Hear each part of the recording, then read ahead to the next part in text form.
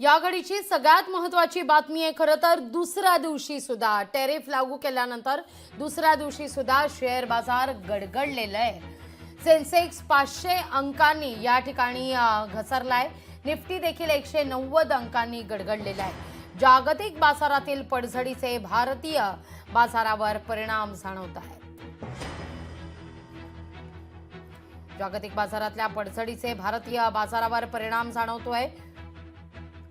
अमेरिकेनं महत्त्वाचे निर्णय घेतल्यानंतर टॅरिफ सारखा महत्त्वाचा निर्णय घेतल्यानंतर आता मात्र याचे पडसाद शेअर बाजारात उमटताना दिसतात। शेअर बाजार कालही गडगडलेला होता। सेन्सेक्स 500 अंकांनी घसरलेला होता। निफ्टी देखील 190 अंकांनी घसरला असल्याचं आता कळत आहे। बाजार उघडताच या ठिकाणी सेन्सेक्स हा घसरलेला आहे। 500 अंकांनी या ठिकाणी सेन्सेक्स घसरलाय तर निफ्टी 190 अंकांनी।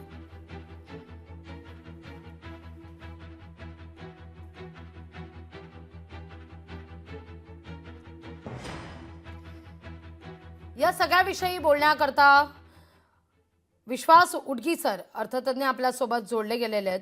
विश्वास सर, काल सुद्धा आपण नेमक्या याच मुद्द्यावर खरं तर चर्चा करत होतो।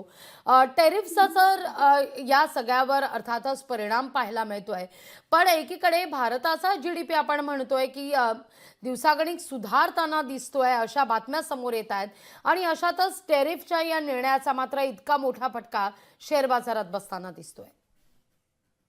मुळातच ट्रम्प सत्तेवर आल्यानंतर हे असं होऊ शकतं हे त्यांनी स्वतःच सांगितलेलं आहे आणि त्या ठिकाणी मोदींना प्रत्यक्ष भेटीत सुद्धा त्यांनी दम देऊनच हे सांगितलं की आम्ही रेसिप्रोकल टॅरिफ ही नीती आणणार आहोत आणि त्यांनी भारताला 26% असं जवळजवळ सर्वच वस्तूंवरती आपली जी वस्तू त्या ठिकाणी निर्यात होते अमेरिकेला त्या ठिकाणी त्यांनी हा कर लावलेला आहे।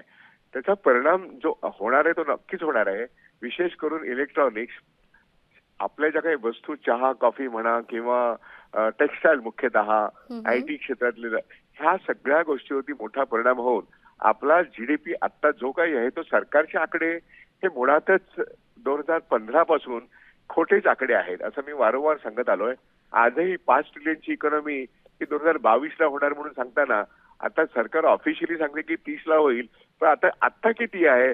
आता ती 3.5 ट्रिलियनच्या पुढे नाहीये। या ठिकाणी मार्केट होतच 5 ट्रिलियन, जे म्हणजे 5 ट्रिलियन डॉलरची होती, ती आता खाली घरंगळत येऊन आज 500 अंश जे काही पडलेलं आहे तर 3.5 ट्रिलियन डॉलरवरती येऊन मार्केट म्हणजे शेअर मार्केट हे आलेलं आहे। आता हे जे होणार आहे हे सातत्याचा ऱ्हास होत जाणार आहे आणि भारताची अर्थव्यवस्था ही आता श्रीलंकेच्या दिशेने जात आहे असं म्हणायला हरकत नाही। याचं कारण या देशामधलं उत्पादन हे इतकं महाग होत जाणार आहे आणि मग इथल्या लोकांच्या हातात पर्चेसिंग पॉवर नाहीये। आज 10,000 रुपये कमवणारे 100 कोटी लोकांमध्ये मोठ्या जीडीपीच्या दिशेने जाऊ शकत नाही, अशी वाईट परिस्थिती आहे। त्यामुळे मार्केट कोसळणार आणि अर्थव्यवस्था कोसळणार अशी ही ट्रम्प टॅरिफ नीती आहे। निश्चित। विश्वास सर, धन्यवाद आमच्याशी संवाद साधलात त्याबद्दल।